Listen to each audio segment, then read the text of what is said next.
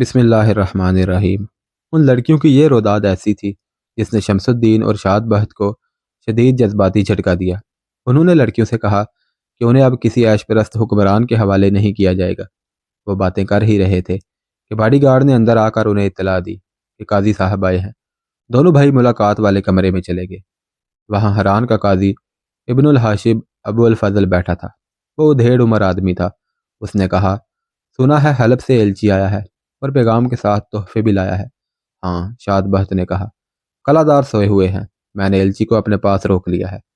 میں وہ 2 تحفے دیکھنے آیا ہوں۔ ابن الحاشب نے آنکھ مار کر کہا، ان کی ایک جھلک دکھا دو۔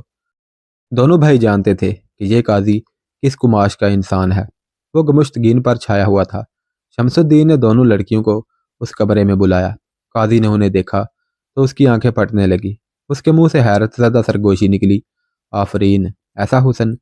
شمس الدین نے لڑکیوں کو دوسرے کمرے میں بھیج دیا۔ قاضی نے کہا، انہیں میرے حوالے کر دو، میں خود قلعہ دار کے سامنے لے جاؤں گا۔ اس کی آنکھوں سے شیطان جھانک رہا تھا۔ آپ قاضی ہیں، شمس الدین نے اسے کہا، قوم کی نظروں میں آپ کا مقام گمشتگین سے زیادہ بلند ہے۔ آپ کے ہاتھ میں عدل اور انصاف ہے۔ قاضی نے کہا لگایا اور کہا، تم فوجی احمق ہوتے ہو، تم شہری امور کو نہیں سمجھتے۔ وہ قاضی مر گئے ہیں جن کے ہاتھ میں اللہ کا قانون اور عدل و انصاف ہوا کرتا تھا۔ وہ اپنے حکمران سے نہیں خدا سے ڈرا کرتے تھے، بلکہ حکمران بھی ان کے ڈر سے کسی کے ساتھ بے انصافی نہیں کرتے تھے۔ اب حکمران اسے قاضی بناتے ہیں جو ان کی بے انصافیوں کو جائز قرار دے اور جو قانون کو نہیں حکمرانوں کو خوش رکھے۔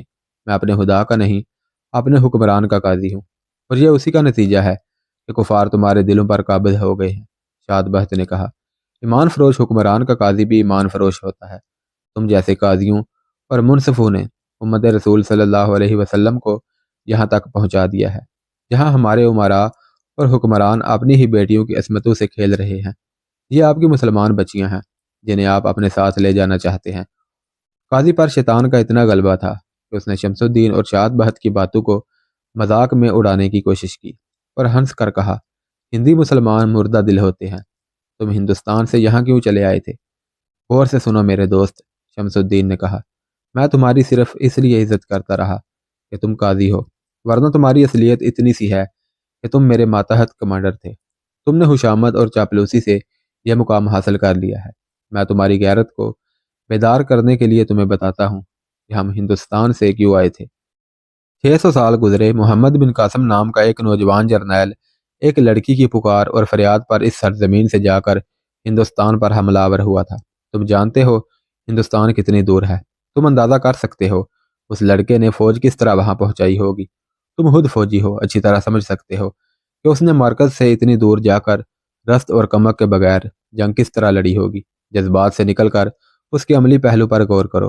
اس نے ایسی مشکلات میں فتح حاصل کی جن میں شکست کے امکانات زیادہ تھے۔ اس نے صرف فتح ہی حاصل نہیں کی، ہندوستانیوں کے دلوں پر قبضہ کیا اور کسی ظلم و تشدد کے بغیر اس کفرستان میں اسلام پھیلایا۔ پھر وہ نہ رہا جنہوں نے اتنی دور جا کر ایک لڑکی کی عصمت کا انتقام لیا اور اسلام کا نور پھیلایا تھا، دنیا سے اٹھ گئے اور وہ ملک ان بادشاہوں کے ہاتھ آیا جو مجاہدین کے قافلے میں تھے ہی نہیں۔ انہیں وہ ملک مفت مل گیا۔ انہوں نے وہاں وہی حرکتیں شروع کر دی جو آج یہاں ہو رہی ہیں۔ ہندو اسی طرح مسلمانوں پر غالب آتے گئے جس طرح یہاں صلیبی غالب آ رہے ہیں۔ سلطنت اسلامیہ سکڑنے لگی، اور جب ہم جوان ہوئے تو اس سلطنت کی جڑیں بھی خشک ہو چکی تھی جسے محمد بن قاسم اور اس کے غازیوں نے خون سے سینچا تھا۔ مسلمان حکمرانوں نے عرب سے رشتہ توڑ دیا۔ ہم دونوں بھائی جن کے خاندان کو عسکری روایات سے پہچانا جاتا تھا وہاں سے مایوس ہو کر یہاں آ گئے۔ ہم ہندی مسلمانوں کے ایلچی بن کر آئے تھے، ٹوٹے ہوئے رشتے جوڑنے آئے تھے۔ سلطان نور الدین زنگی سے ملے تو اس نے بتایا کہ وہ ہندوستان کا رخ کس طرح کر سکتا ہے۔ عرب کی سرزمین غداروں سے بھری پڑی ہے۔ زنگی مرحوم دور کے کسی محاذ پر اس لیے نہیں جاتا تھا کہ اس کی غیر حاضری میں ادھر بغاوت ہو جائے گی جس سے صلیبی فائدہ اٹھائیں گے۔ ہمیں یہ دیکھ کر افسوس ہوا کہ ہندوستان میں ہندو مسلمانوں کے کردار پر غالب آ گیا اور یہاں صلیبی غالب آ گیا۔ زنگی نے ہمیں اپنی فوج میں رکھ لیا، اور جب گمشتگین سیف الدین اور عز الدین وغیرہ نے صلیبیوں کے ساتھ درپردہ گٹھ جوڑ شروع کر دیا تو سلطان زنگی نے ہم دونوں کو گمشتگین کی فوج میں اس مقصد کے لیے بھیج دیا کہ ہم اس پر نظر رکھیں کہ اس کی خفیہ سرگرمیاں کیا ہیں۔ یعنی تم دونوں جاسوس ہو، قاضی ابن الحاشب نے تنزیہ کہا۔ میری بات سمجھنے کی کوشش کرو، شمس الدین نے کہا۔ تم دیکھ رہے ہو کہ ہمارے مسلمان امراء اس مرد مجاہد کے خلاف لڑ رہے ہیں جو اسلام کو صلیب کے عزائم سے محفوظ رکھنا چاہتا ہے۔ آج کا ایلچی بہت خطرناک پیغام لایا ہے، اس نے پیغام سنا کر کہا۔ گمشتگین پر تمہارا اثر ہے، تم اسے روک سکتے ہو۔ تم اگر ہمارا ساتھ دو تو آؤ گمشتگین کو اس پر قائل کریں کہ وہ غداروں کے ساتھ اتحاد کرنے کی بجائے سلطان صلاح الدین ایوبی کے ساتھ مل جائے، ورنہ اسے ایسی شکست ہوگی جو اسے ساری عمر قید خانے میں بند رکھے گی۔ اس سے پہلے میں تم دونوں کو قید خانے میں بند کرواتا ہوں، ابن الحاشب نے کہا۔ دونوں لڑکیاں میرے حوالے کر دو۔ وہ اٹھ کر اس کمرے کی طرف جانے لگا جس میں لڑکیاں تھیں۔ شاد بہت نے اسے بازو سے پکڑ کر پیچھے کیا۔ اس نے شاد بہت کو دھکا دیا۔ شاد بہت نے اسے منہ پر اتنی زور سے گھونسا مارا کہ وہ پیچھے کو گرا۔ شمس الدین وہاں کھڑا تھا۔ اس نے اپنا ایک پاؤں اس کی شاہ رگ پر رکھ دیا اور ایسا دبایا کہ تڑپ کر بے حس ہو گیا۔ دیکھا تو وہ مر چکا تھا۔ ان بھائیوں کا ارادہ قتل کا تھا یا نہیں، لیکن وہ مر گیا۔ انہوں نے سوچا کہ اب پکڑے تو جانا ہی ہے۔ انہوں نے اپنے دونوں اردلیوں کو تلواریں اور تیر و کمان دے کر دوسرے گھوڑوں پر سوار ہونے کو کہا۔ وہ اور شاد بہت ان کے ساتھ گئے اور قلعے کا دروازہ کھلوا کر ان چاروں کو بھاگ جانے کو کہا۔ انہوں نے یہ ہدایت دی کہ سلطان صلاح الدین ایوبی کی فوج تک پہنچ جائیں۔ انہوں نے ان اردلیوں کو تفصیل سے بتا دیا تھا کہ گمشتگین کا منصوبہ کیا ہے۔ چاروں گھوڑے باہر نکلتے ہی سرپٹ دوڑ پڑے۔ دونوں بھائیوں کو بھی نکل جانا چاہیے تھا۔ معلوم نہیں کیا سوچ کر وہ واپس آئے۔ گمشتگین جا کر آ چکا تھا۔ اس نے ایلچی کو دیکھا تو اس نے پوچھا کہ وہ کون ہے اور کہاں سے آیا ہے۔ اس نے بتا دیا، مگر وہاں لڑکیاں نہیں تھیں جو وہ تحفے کے طور پر لایا تھا۔ شمس الدین اور شاد بہت نے کہا لڑکیاں جا چکی ہیں کیونکہ مسلمان تھیں۔ ہم نے انہیں وہاں بھیج دیا ہے جہاں ان کی عزت محفوظ رہے گی۔ انہوں نے یہ بھی بتا دیا کہ قاضی کی لاش اندر پڑی ہے۔ گمشتگین نے لاش دیکھی۔ ایلچی دوسرے کمرے میں ان دونوں بھائیوں کی وہ باتیں سن رہا تھا جو وہ قاضی ابن الحاشب سے کر رہے تھے۔ گمشتگین جل اٹھا۔ اس نے سالار شمس الدین اور سالار شاد بہت کو قید خانے میں ڈال دیا۔ حران کے قلعے سے دو چار گھوڑ سوار سرپٹ گھوڑے دوڑاتے نہایت قیمتی راز سلطان صلاح الدین ایوبی کے لیے لے جا رہے تھے، اور اس وقت الرستان کی پہاڑیوں میں سلطان صلاح الدین ایوبی حسن بن عبداللہ سے پوچھ رہا تھا کہ ان دونوں بھائیوں کی طرف سے کوئی اطلاع نہیں آئی۔ سالار شمس الدین اور سالار شاد بہت کو جب قاضی ابن الحاشب کے قتل اور تحفے کے طور پر آئی ہوئی دو لڑکیوں کو قلعے سے بھگا دینے کے جرم میں قید خانے میں ڈالا جا رہا تھا، اس وقت ایسا ہی ایک ایلچی جو اس قلعے میں آیا تھا موصل میں غازی سیف الدین کے پاس پہنچا۔ غازی سیف الدین خلافت کے تحت موصل اور اس کے گرد و نواح کے علاقے کا گورنر مقرر کیا گیا، لیکن نور الدین زنگی کی وفات کے بعد اس نے اپنے آپ کو والی موصل کہلانا شروع کر دیا تھا۔ وہ سلطان صلاح الدین ایوبی کے خاندان کا ہی فرد تھا، مگر کردار اور ذہنیت کے لحاظ سے سلطان ایوبی کے الٹ تھا۔ موصل اسلامی سلطنت کا حصہ تھا، مگر سیف الدین وہاں کا آزاد حکمران بن گیا تھا اور سلطان ایوبی کے مخالفانہ محاذ میں شامل ہو گیا تھا۔ اس کا بھائی عزت الدین تجربہ کار جرنیل تھا، فوج کو اعلیٰ کمانڈ اسی کے پاس تھی۔ سیف الدین چونکہ اپنے آپ کو بادشاہ سمجھتا تھا، اس لیے اس کی عادات بادشاہوں جیسی تھی۔ اس نے حرم میں ملک ملک کی لڑکیاں اور ناچنے والیاں بھر رکھی تھی۔ اس کا دوسرا شوق پرندے رکھنے کا تھا۔ جس طرح اس نے حرم میں ایک سے ایک خوبصورت لڑکی رکھی ہوئی تھی، اسی طرح اس نے رنگ برنگے پرندے بھی پنجروں میں بند کر رکھے تھے۔ اس کی ذاتی دلچسپیاں حرم اور پرندوں کے ساتھ تھیں۔ اسے اپنے بھائی عز الدین کی عسکری اہلیت پر اعتماد تھا اور اسے توقع تھی کہ وہ سلطان ایوبی کو شکست دے کر اپنی ریاست الگ بنا رکھے گا۔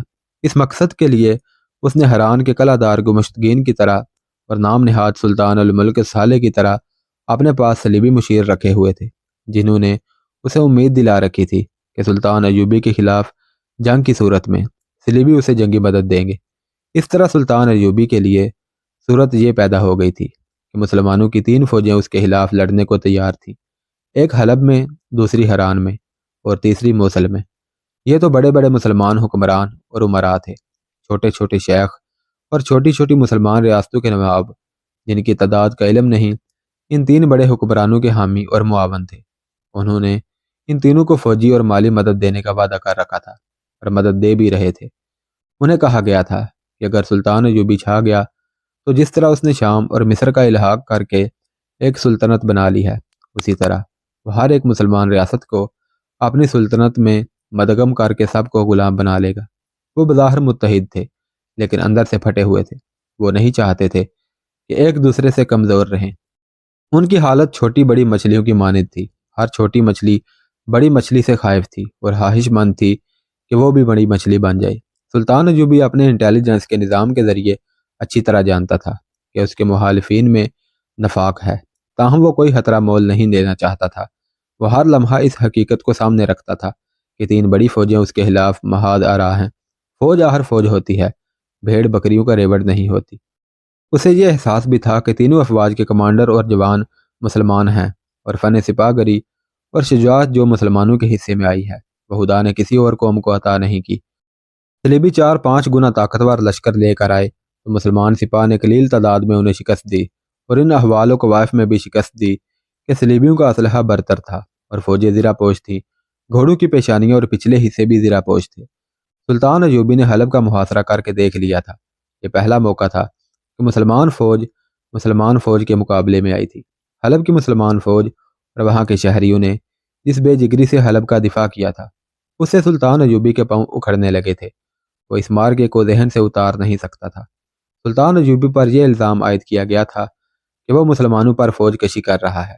یہ الزام عائد کرنے والے اسی عباسی خلافت کے حامی تھے جسے اس نے مصر میں معزول کیا تھا، لیکن حقیقت یہ تھی کہ یہ مسلمان حکمران اور امراء سلطان ایوبی کے اس عزم کے راستے میں آ گئے تھے کہ وہ فلسطین کو آزاد کرائے گا۔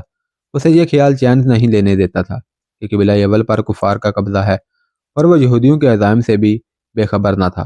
وہ جانتا تھا کہ یہودی یہ دعویٰ لیے پھرتے ہیں کہ فلسطین ان کا وطن ہے اور قبیلہ اول مسلمانوں کی نہیں یہودیوں کی عبادت گاہ ہے۔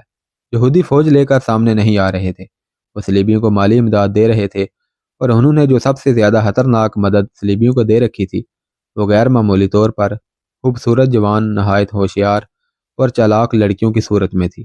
ان لڑکیوں کو جاسوسی کے لیے استعمال کیا جاتا تھا اور مسلمانوں کی کردار کشی کے لیے بھی۔ سلطان صلاح الدین ایوبی کو یہ حقیقت اور زیادہ پریشان کرتی تھی کہ صلیبی فوجیں بھی موجود ہیں جن کے اعلیٰ کمانڈر اور حکمران اس کے مسلمان مخالفین کو شہ دے رہے ہیں۔ ان حالات میں سلطان ایوبی چوکنا تھا۔ وہ اپنی فوج کو نہایت اچھے طریقے سے ڈپلائی کیے ہوئے تھا، اور اس نے انٹیلیجنس کے نظام کو دشمنوں کے علاقے میں بھیج رکھا تھا۔ اس کا جو جنگی پلان تھا اس میں اس نے زیادہ تر بھروسہ چھاپا مار کمانڈو ٹولیوں اور جاسوسوں پر کیا تھا۔ موصل میں بھی حلب کا ایلچی پہنچا۔ الملک الصالح اور اس کے درباری امراء نے والی موصل کے لیے پیغام کے ساتھ جو تحفے تھے ان میں اسی طرح کی 2 لڑکیاں تھیں جس طرح حران کے قلعہ دار گمشتگین کو بھیجی گئی تھی۔ حران میں تو 2 ہندوستانی جرنیلوں شمس الدین اور شاد بہت نے ان لڑکیوں کو فرار کرا دیا تھا، قاضی کو قتل کیا اور قید خانے میں بند ہو گئے تھے۔ لیکن موصل میں جو لڑکیاں گئیں انہیں وہاں کے والی سیف الدین نے بصر و چشم قبول کیا۔ اس کے حرم میں یہ نہایت دل نشین اضافہ تھا۔ حلب کے ایلچی نے وہی پیغام دیا جو گمشتگین کو دیا گیا تھا۔ وہ یہ تھا کہ صلیبی حلب والوں کو مدد کے معاملے میں دھوکہ دے چکے ہیں، اس لیے ان پر زیادہ بھروسہ نہیں کرنا چاہیے، اور ان کی دوستی سے ہمیں دستبردار بھی نہیں ہونا چاہیے۔ ان کی مدد حاصل کرنے کا بہترین طریقہ یہ ہے کہ ہم آپس میں متحد ہو کر سلطان ایوبی پر حملہ کر دیں۔ وہ الرستان کے سلسلہ کو میں قرون ہما یعنی ہما کے سینگ کے مقام پر ہمازن ہے۔ ہم حملہ کریں گے تو صلیبی اس پر عقب سے حملہ کر دیں گے۔ اس پیغام میں ایک پلان بھی تھا جس میں کچھ اس قسم کی وضاحت کی گئی تھی کہ وہاں برف پگھل رہی ہے۔ جاسوسوں کی اطلاعات کے مطابق سلطان ایوبی کی مورچہ بندیاں برف کے بہتے پانی کی وجہ سے تہس نہس ہو گئی ہیں۔ ہم 3 فوجوں سے اسے انہی وادیوں میں محاصرے میں لے کر آسانی سے شکست دے سکتے ہیں۔ پیغام میں کہا گیا تھا کہ گمشتگین کو بھی پیغام بھیجا گیا ہے۔ امید ہے کہ وہ متحدہ محاذ میں اپنی فوج کو شامل کر دے گا۔ آپ یعنی سیف الدین بھی مزید وقت ضائع کیے بغیر اپنی فوج کو مشترکہ کمان میں لے آئیں تاکہ صلاح الدین ایوبی کو فیصلہ کن شکست دی جائے۔ سیف الدین نے پیغام ملتے ہی اپنے بھائی عزاء الدین کو 2 سینئر جرنیلوں کو اور موصل کے ایک نامی گرامی خطیب ابن الحدوم ککبوری کو بلایا۔ سب آ گئے تو اس نے ایلچی کا یہ پیغام سب کو سنا کر کہا، آپ سب میرے اس فیصلے اور ارادے سے اچھی طرح آگاہ ہیں کہ میں سلطان صلاح الدین ایوبی کی اطاعت قبول نہیں کروں گا۔ میری رگوں میں بھی وہی خون ہے جو اس کی رگوں میں ہے۔ آپ لوگ مجھے یہ مشورہ دیں کہ میں فوری طور پر اپنی فوج مشترکہ کمان میں دے دوں یا نہیں۔ میرا ارادہ یہ ہے کہ ہماری فوج ظاہری طور پر مشترکہ کمان میں رہے، لیکن آپ لوگ اسے الگ تھلگ لڑائیں تاکہ جو علاقہ ہماری فوج فتح کرے اس کا مالک میرے سوا اور کوئی نہ بن سکے۔ ایک سالار نے کہا، آپ نے جو فیصلہ کیا ہے اس سے بہتر اور کوئی فیصلہ نہیں ہو سکتا۔ آپ کے ارادے اتنے بلند ہیں جو کسی اور کے نہیں ہو سکتے۔ صلاح الدین ایوبی صلیبیوں اور سوڈانیوں کو شکست دے سکتا ہے، ہمیں نہیں۔ دوسرے سالار نے کہا، آپ اپنی فوج متحدہ محاذ میں شامل کر دیں، لیکن کمان اپنے ہاتھ میں رکھیں۔ ہم اپنی فوج کو اس طرح لڑائیں گے کہ ہماری کامیابیاں حلب اور حران کی فوج سے الگ تھلگ نظر آئیں گی۔ ہم آپ کے حکم پر جانیں قربان کر دیں گے۔ شہنشاہ موصل پہلے سالار نے کہا، ہم آپ کو سلطنت اسلامیہ کا شہنشاہ بنائیں گے جس کے خواب صلاح الدین ایوبی دیکھ رہا ہے۔ صلاح الدین ایوبی کا سر کاٹ کر آپ کے قدموں میں رکھوں گا۔ دوسرے نے کہا، اس کی فوج الرستان کی وادیوں سے زندہ نہیں نکل سکے گی۔ آپ فوری طور پر کوچ کا حکم دیں، فوج تیار ہے۔ دونوں سالار ایک دوسرے سے بڑھ چڑھ کر اپنی وفاداری اور اصرار کا اظہار کر رہے تھے۔ عزاء الدین خاموش بیٹھا اپنی باری کا انتظار کر رہا تھا، اور خطیب المہدوم کبھی ان سالاروں کو اور کبھی سیف الدین کو دیکھتا اور سر جھکا لیتا تھا۔ عزاء الدین، تمہارا کیا خیال ہے؟ سیف الدین نے اپنے بھائی سے پوچھا۔ مجھے آپ کے اس فیصلے سے اتفاق ہے کہ ہمیں سلطان صلاح الدین ایوبی کے خلاف لڑنا ہے، عزاء الدین نے کہا، لیکن ہمارے سالاروں کو اس قسم کی جذباتی باتیں زیب نہیں دیتی جیسی ان دونوں نے کی ہیں۔ صرف یہ کہہ دینے سے کہ ایوبی صلیبیوں اور سوڈانیوں کو شکست دے سکتا ہے، ہمیں نہیں۔ ایوبی کو شکست نہیں دی جا سکتی۔ میں یہ کہوں گا کہ جس نے کم تعداد میں صلیبیوں کی کئی گنا زیادہ فوج کو شکست دی ہے وہ آپ کو بھی شکست دے سکتا ہے۔ جس نے صحرائی فوج برفانی وادی میں لڑا کر 4 قلعے فتح کر لیے اور ریمانڈ کی فوج کو اسپاہ ہونے پر مجبور کیا ہے، وہ برف پگھل جانے کے بعد زیادہ اچھی طرح لڑے گا۔ ہمیں کسی خوش فہمی میں مبتلا نہیں ہونا چاہیے، دشمن کو کم تر نہیں سمجھنا چاہیے۔ آپ یہ سوچیں کہ وہ حالات کیسے ہیں جن میں آپ کو لڑنا ہے، اس میدان کی بات کریں جہاں آپ لڑیں گے، اور اس دشمن کی فوج کی بات کریں جو آپ کے مقابلے ہے۔ عزاء الدین نے سلطان ایوبی کی فوج کی خوبیاں بیان کی، پھر سلطان ایوبی کے لڑنے کے طریقے بیان کیے، اور جس میدان میں لڑائی متوقع تھی اس کے کوائف پر روشنی ڈال کر کہا، برف پگھل رہی ہے اور بہار کی بارشیں اس سال تاخیر سے برس رہی ہیں۔ صلاح الدین ایوبی کی فوج خیموں میں ہے، لیکن گھوڑوں کو خیموں میں نہیں رکھا جا سکتا۔ اس وقت اس کی فوج کے جانور درختوں کے نیچے یا کوہوں اور غاروں میں رہتے ہیں۔ گھوڑے اور اونٹ اس حالت میں زیادہ دیر تندرست نہیں رہ سکتے۔ یہ توقع بھی رکھنی چاہیے کہ ایوبی کے سپاہی پہاڑی علاقے سے اکتا چکے ہوں گے۔ یہ بھی پیش نظر رکھ لیں کہ ہم نے اپنی فوج حلب اور حران کی فوج سے ملا دی تو ایوبی محاصرے میں لیا جا سکے گا، لیکن یہ بھی نہ بھولیں کہ مسلمان سپاہی جب مسلمان سپاہی کے آمنے سامنے آئے گا تو اسلام کا ابدی رشتہ انہیں گتم گتا کرنے کی بجائے انہیں بغل گیر بھی کر سکتا ہے۔ تلواریں جو وہ ایک دوسرے کے خلاف نکالیں گے جھک بھی سکتی ہیں اور خون بہائے بغیر نیاموں میں واپس جا سکتی ہیں۔ عزاء الدین، سیف الدین نے اس کی بات کاٹتے ہوئے کہا، تم صرف فوجی ہو، تم صرف خون، تلوار اور نیام کی باتیں سوچ سکتے ہو۔ یہ چالیں مجھ سے سیکھو کہ مسلمان سپاہی کے خلاف کس طرح لڑایا جا سکتا ہے۔ پرسوں ماہ رمضان شروع ہو رہا ہے۔ صلاح الدین ایوبی نماز روزے کا جس قدر خود پابند ہے اتنی ہی پابندی اپنی فوج سے کراتا ہے۔ اس کی تمام فوج روزے سے ہوگی۔ ہم اپنی فوج سے کہہ دیں گے کہ جنگ میں روزے کی کوئی پابندی نہیں۔ محترم خطیب تمہارے پاس بیٹھے ہیں، میں ان کی جانب سے اعلان کرا دوں گا کہ جنگ میں روزے معاف ہیں۔ ہم حملہ دوپہر کے بعد کریں گے۔ علی صبح حملہ کیا تو ایوبی کے سپاہی تر و تازہ ہوں گے۔ دوپہر کے بعد ہمارے سپاہیوں کے پیٹ میں کھانا ہوگا اور صلاح الدین ایوبی کے سپاہی بھوکے اور پیاسے ہوں گے۔ میں صرف یہ معلوم کرنا چاہتا ہوں کہ میرا یہ فیصلہ غلط تو نہیں کہ ہمیں صلاح الدین ایوبی کے خلاف لڑنا ہے۔ آپ کا یہ فیصلہ برحق ہے، ایک سالار نے کہا۔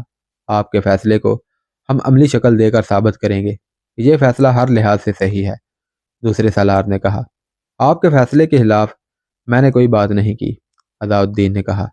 ایک مشورہ اور دوں گا، مجھے آپ محفوظہ میں رکھیں، اگر ضرورت پڑی تو میں بعد میں حملہ کروں گا، پہلے تصادم کی کمان آپ اپنے ہاتھ میں رکھیں۔ ایسا ہی ہوگا، سیف الدین نے کہا۔ فوج کو 2 حصوں میں تقسیم کر لو اور فوری تیاری کا حکم دے دو۔ محفوظہ میں جو حصہ رکھنا چاہتے ہو اسے اپنے پاس رکھو۔ وہاں خطیب ابن المہدوم بھی موجود تھا۔ سیف الدین نے اس کی طرف دیکھا اور مسکرا کر کہا، قابل صاد احترام خطیب، آپ نے کئی بار قرآن سے فال نکال کر مجھے خطروں سے آگاہ کیا ہے۔ آپ نے میری کامیابی اور سلامتی کے وظیفے کیے اور خدا کے حضور میرے لیے دعا بھی کی ہے۔ آپ کو معلوم ہے کہ آپ سے بڑھ کر میں کسی کو برگزیدہ نہیں سمجھتا۔ اگر کسی انسان کے آگے سجدے کی اجازت ہوتی تو میں آپ کے آگے سجدہ کرتا۔ اب ایسی مہم پر جا رہا ہوں جس کی کامیابی محدود ہے۔ میں ایک طاقتور دشمن کے مقابلے میں جا رہا ہوں۔ جنگ میں فتح ہوتی ہے یا شکست، مجھے قرآن سے فال نکال کر بتائیے کہ میری قسمت میں فتح لکھی ہے یا شکست۔ امیر محترم، خطیب اٹھ کھڑا ہوا، کہنے لگا، یہ صحیح ہے کہ آپ نے کئی بار مجھ سے قرآن میں سے فال نکلوائی ہے۔ سلطان نور الدین زنگی مرحومہ مغفور کی زندگی میں آپ ڈاکوؤں کے بہت بڑے گروہ کے تعاقب میں گئے تھے، تو میں نے قرآن میں سے فال نکال کر آپ کو کامیابی کا مجدہ سنایا اور آپ کامیاب لوٹے۔ صلیبیوں کے خلاف آپ جب بھی گئے، میں نے فال نکالی اور آپ کو خطروں سے خبردار کیا اور کامیابی کی خبر دی۔ اللہ کا شکر کہ میری نکالی ہوئی ہر فال صحیح نکلی۔ مگر خطیب نے پہلے عزاؤالدین کی طرف پھر دونوں سالاروں کو دیکھا اور کہا، مگر موصل کے امیر، اب بغیر فال نکالے آپ کو بتا دیتا ہوں کہ جس مہم پر آپ فوج لے جا رہے ہیں اس میں کامیاب لوٹیں گے یا ناکام؟ جلدی بتائیے میرے محترم استاد۔ سیف الدین نے بیداب ہو کر کہا، آپ کو ایسی بری شکست ہوگی جس میں آپ وقت پر نہ بھاگے تو آپ ہلاک ہو جائیں گے۔ خطیب نے کہا، اس مہم پر نہ خود جائیں، نہ اپنے بھائی کو بھیجیں، نہ اپنی فوج کو بھیجیں۔ سیف الدین کے چہرے کا رنگ بدل گیا۔ یہ بتانا مشکل تھا کہ وہ گھبرایا ہے یا ڈرا ہوا تھا۔ عزاؤالدین اور سالاروں پر بھی خاموشی طاری ہو گئی۔ خطیب سیف الدین پر نظریں گاڑے ہوئے تھا۔ آپ نے قرآن تو کھولا نہیں، سیف الدین نے کہا۔ قرآن کے بغیر آپ نے فال کیسے نکالی؟ میں کیسے مان لوں کہ آپ نے مجھے جو بری خبر سنائی ہے وہ صحیح ہے؟ سنو موصل کے امیر، خطیب ابن المہدوم نے کہا، میں آج آپ کو بتاتا ہوں کہ قرآن سے جو فالیں نکال کر میں آپ کو کامیابی کے مجدے سناتا رہا، ان کا قرآن کے ساتھ کوئی تعلق نہیں تھا۔ قرآن کسی جادوگر کی لکھی ہوئی کتاب نہیں۔ قرآن صرف یہ فال بتاتا ہے کہ جو اس مقدس کتاب میں احکامات خداوندی تحریر ہیں، ان پر جو عمل نہیں کرے گا وہ ناکام اور نامراد رہے گا۔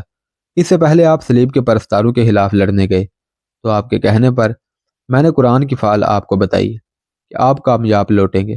اس کے بعد آپ جس مہم پر گئے، میں نے آپ کو کامیابی کا مجدہ سنایا اور کہا کہ یہ قرآن کی فال ہے۔ ہر فال نیک تھی، جس کی وجہ صرف یہ تھی کہ آپ کی ہر مہم اور ہر کام خدا کے حکم کے عین مطابق تھا۔ مگر یہ مہم جس پر آپ جا رہے ہیں خدائی احکام کی صریح خلاف ورزی ہے۔ آپ کفار کے ہاتھ مضبوط کر رہے ہیں، ان سے مدد مانگ کر رسول مقبول صلی اللہ علیہ وسلم کے ناموس پر فدا ہونے والوں کے خلاف لڑنے جا رہے ہیں۔ آپ کیسے کہہ سکتے ہیں کہ صلاح الدین ایوبی رسول مقبول صلی اللہ علیہ وسلم کی ناموس پر فدا ہونے آیا ہے؟ سیف الدین نے بھڑک کر کہا، میں کہتا ہوں وہ ایک وسیع سلطنت کی سلطانی کا خواب دیکھ کر آیا ہے۔ ہم اس کا یہ خواب پورا نہیں ہونے دیں گے۔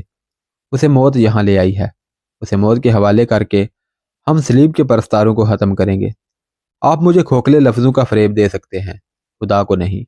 خطیب نے کہا، خدا وہ سب کچھ جانتا ہے جو ہم سب نے اپنے اپنے دلوں میں چھپا رکھا ہے۔ فتح اس کی ہے جس نے اپنے نفس پر فتح پا لی۔ میں آج آخری پیشگین گوئی کر رہا ہوں، شکست آپ کا مقدر ہو چکی ہے۔ اگر آپ اسلام کے پرچم تلے چلے جائیں اور اللہ کی راہ میں قتال اور جہاد کے لیے نکل کھڑے ہوں تو آپ کے مقدر کا لکھا ٹل سکتا ہے۔ محترم خطیب، عزاؤالدین بول پڑا، آپ اپنے مذہب اور اپنی مسجد سے سروکار رکھیں۔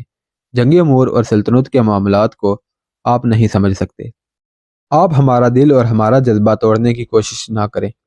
ہم ان عناصر سے مالا مال ہیں جن سے جنگ جیتی جا سکتی ہے۔ اگر آپ جنگ کو مذہب اور مسجد سے الگ کر کے لڑیں گے تو نہ آپ کا دل ساتھ دے گا نہ جذبہ۔ خطیب نے کہا، آپ نے صحیح فرمایا کہ میں جنگی امور سمجھنے سے قاصر ہوں، لیکن میں یہ ضرور جانتا ہوں کہ جنگ صرف ہتھیاروں اور گھوڑوں سے نہیں جیتی جا سکتی، اور جنگ اس عسکری قابلیت سے بھی نہیں جیتی جا سکتی جس پر آپ کو ناز ہے اور جس کے بھروسے پر آپ قرآن کے احکام کی خلاف ورزی کے مرتکب ہو رہے ہیں۔ ایک عنصر اور بھی ہے جو فتح کو شکست میں بدل دیا کرتا ہے۔ سب نے چونک کر اس کی طرف دیکھا۔ اس نے کہا، جس قوم کا حکمران خوشامد پسند ہو جائے وہ اپنے ساتھ قوم اور ملک کو بھی لے ڈوبتا ہے۔ وہ حکومت کے امور خوشامدیوں اور غلامانہ ذہنیت رکھنے والوں کے حوالے کر دے تو وہ ایک آزاد اور خوددار قوم کو بھوکی ننگی اور غلام رعایا میں بدل دیتے ہیں، اور جب یہ حکمران فوج کی کمان خوشامدی سالاروں کو دے دیتے ہیں تو ملک کو دشمن کھا جاتا ہے۔ خوشامدی سالار اپنے ماتحتوں سے خوشامد کرواتے ہیں، پھر ان کا مقصد قوم اور ملک کے لیے لڑنا نہیں بلکہ حکمران کی خوشنودی حاصل کرنا بن جاتا ہے۔ میں نے آپ کو اس دربار میں دیکھا ہے کہ دونوں سالاروں نے آپ کی ہاں میں ہاں ملائی ہے اور ایسی جذباتی باتیں کی ہیں جو جنگجو نہیں کیا کرتے۔ دونوں نے آپ کے فیصلے اور ارادے کی تعریف تو کر دی ہے، لیکن آپ کو خطروں سے خبردار نہیں کیا۔ انہوں نے آپ کو یہ مشورہ نہیں دیا کہ صلیبی تم سب کو گھیرے میں لیے ہوئے ہیں۔ مسجد اقصیٰ پر کفار کا قبضہ ہے، لہذا ان حالات میں بہتر یہ ہوگا کہ آپ گمشتگین اور حلب کے عمراء وغیرہ صلاح الدین ایوبی کے پاس جائیں، اور اگر آپ ہی سچے ہیں تو اسے جھوٹا اور سلطنت کا لالچی ثابت کریں۔ مگر آپ کے سالاروں نے آپ کو ایسا کوئی مشورہ نہیں دیا۔ آپ کے سالاروں نے آپ کو یہ بھی نہیں بتایا کہ صلاح الدین ایوبی نے الرستان کے پہاڑی علاقے کو اڈا بنا کر اپنے دستے دور دور تک اس طرح پھیلا دیے ہیں کہ آپ اسے محاصرے میں لینے کا خواب بھی نہیں دیکھ سکتے۔ آپ اس کے چھاپا ماروں سے اچھی طرح واقف ہیں، لیکن آپ کے سالاروں نے آپ کی آنکھوں پر پٹی باندھ کر یہ پہلو آپ کی نظروں سے اوجھل کر دیا ہے کہ ایوبی کے جاسوس اور چھاپا مار آپ کے سینے سے راز نکال کر لے جا سکتے ہیں اور آپ کے حرم کی لڑکیوں کو اٹھا کر لے جا سکتے ہیں۔ آپ کی فوج یہاں سے کوچ کرے گی تو صلاح الدین ایوبی کو آپ کی فوج کی رفتار، تعداد اور کوچ کی سمت کا علم ہو جائے گا۔ سلطان موصل، ایک سالار نے غصے میں آ کر کہا، کیا ہم اپنی توہین برداشت کرتے رہیں؟ مسجد میں دن رات بیٹھ کر اللہ اللہ کا ورد کرنے والا ہمارا استاد بننے کی جسارت کر رہا ہے، یہ آپ کے فیصلے کی مخالفت کر کے ہمارے سامنے آپ کی توہین کر رہا ہے۔ مجھے سن لینے دو، سیف الدین نے کہا۔ میں محترم خطیب کو ابھی تک احترام کی نگاہوں سے دیکھ رہا ہوں۔ بولیے محترم خطیب، عزاء الدین نے تنزیہ کہا۔ اس کے بعد آپ کو یہ بتانا ہوگا کہ آپ کی وفاداریاں کس کے ساتھ ہیں، ہمارے ساتھ یا صلاح الدین ایوبی کے ساتھ؟ میری وفاداریاں اللہ اور اس کے رسول صلی اللہ علیہ وسلم کے ساتھ ہیں، خطیب نے عزاء الدین سے کہا۔ میں آپ کی تعریف اتنی سی کروں گا کہ آپ نے اپنے بھائی کو دو چار باتیں تو حقیقت کے رنگ میں بتائی ہیں، باقی آپ نے بھی دماغ اور آنکھیں بند کر کے ہی بات کی ہے۔ عماد الدین بھی تو آپ کا بھائی ہے، کبھی سوچا ہے آپ نے کہ وہ صلاح الدین ایوبی کا دوست کیوں ہے اور آپ کی حمایت کے لیے کیوں نہیں آتا؟ آپ ہمارے خاندانی معاملات میں دخل نہ دیں، عزاء الدین نے کہا۔ آپ دراصل ہم پر یہ ثابت کرنا چاہتے ہیں کہ سلطان صلاح الدین ایوبی خدا کا بھیجا ہوا پیغمبر ہے اور ہم سب کو اس کے آگے سجدے کرنے چاہیے۔ آپ کو صرف یہ کہا گیا تھا کہ قرآن سے فال نکال کر بتائیں کہ ہماری یہ مہم کامیاب رہے گی یا ناکام۔ قرآن اپنا حکم صادر کر چکا ہے، خطیب نے آواز میں جوش پیدا کرتے ہوئے کہا۔ اب میں آپ کے سامنے حقیقت پوری طرح بے نقاب کرتا ہوں۔ صلاح الدین ایوبی خدا کا بھیجا ہوا پیغمبر نہیں، وہ ایک طوفان ہے، ایک سیلاب ہے جو کفر کو گھاس کی سوکھی ہوئی پتیوں کی طرح بہا لے جانے کے لیے دمشق سے اٹھا ہے۔ آپ سب درخت سے ٹوٹ کر گری ہوئی ٹہنیاں ہیں، آپ کے پتے مرجھا رہے ہیں جو جھڑ کر اس طوفان کے ساتھ غائب ہو جائیں گے۔ ایوبی نے آپ پر چڑھائی نہیں کی، آپ اس کے راستے میں آ گئے ہیں۔ آپ کا حشر وہی ہوگا جو سیلاب کے راستے میں آنے والوں کا ہوتا ہے۔ خطیب، سیف الدین نے گرج کر کہا، میرے دل سے اپنا احترام نہ نکالو۔ تم سیف الدین، خطیب نے باروب آواز میں کہا، تم زمین کے اس ذرا سے حصے کے بادشاہ ہو، ڈرو اس کی ذات سے جو دونوں جہان کا بادشاہ ہے۔ میرا احترام نہ کرو، میرے منہ پر تھوک دو، مگر اپنے رسول صلی اللہ علیہ وسلم کے راستے سے نہ ہٹو۔ تم پر بادشاہی کا نشہ طاری ہے۔ ان بے وقار سالاروں نے، تمہاری حکومت کے عہدیداروں نے تمہیں خوش رکھنے کے لیے تمہیں بادشاہ بنا ڈالا ہے۔ تم نہیں سمجھتے کہ یہ محض خوشامد ہے اور تم بادشاہ نہیں ہو۔ تم نہیں جانتے کہ یہ بے وقار خوشامدی تمہارے دشمن ہیں، اپنی قوم کے اور اپنے ملک کے دشمن ہیں۔ تم پر زوال آئے گا تو یہ تمہیں پہچاننے سے بھی انکار کر دیں گے اور اس کے پاپوش چاٹیں گے جو تمہاری گدی پر بیٹھے گا۔